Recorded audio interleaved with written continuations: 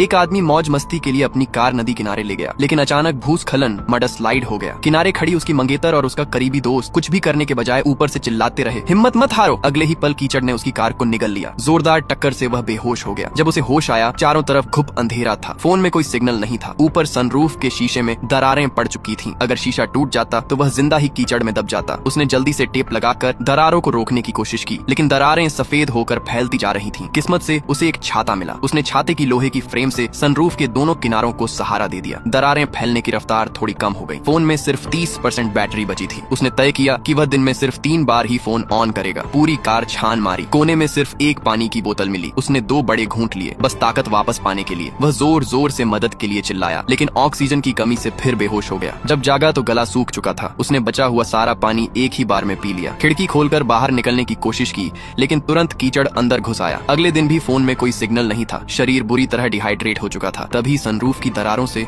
कुछ बूंदे कीचड़ मिला पानी टपका। उसने जल्दी से बोतल लगाकर उन्हें इकट्ठा किया। फर्स्ट एड किट निकाली, यूटिलिटी नाइफ और गॉज से एक साधारण फिल्टर बनाया। आखिरकार उसे साफ पानी की एक घूंट मिली, लेकिन अब एक और समस्या, ऑक्सीजन खत्म हो रही थी। वह फिर बेहोश हो गया। तीसरे दिन जब जागा तो उसने डिक्की में रखी फोल्डिंग कुर्सी को तोड़ा। अंदर से खोखली स्टील की पाइप निकाली। तांबे की तार और बोतल के ढक्कन से एक अस्थायी ड्रिल बनाई। उसने पाइप को सनरूफ की दरार से ऊपर की ओर धकेला, फिर दूसरी पाइप जोड़ दी, तीसरी, चौथी, लेकिन चौथी पाइप लगाते ही रुकावट आ गई। मतलब ऊपर कम से कम 2 मीटर मोटी कीचड़ थी। उसने अपने कपड़े उतारे, कंधों पर हाथ मारा, सारी ताकत जुटाई। हर धक्का ऐसा लग रहा था जैसे कंधे फट जाएंगे, लेकिन वह पूरी ताकत से चिल्लाता रहा। आखिरकार स्टील की पाइप कीचड़ की सतह को चीरते हुए बाहर निकल गई और उसने ताजी हवा की पहली सांस ली।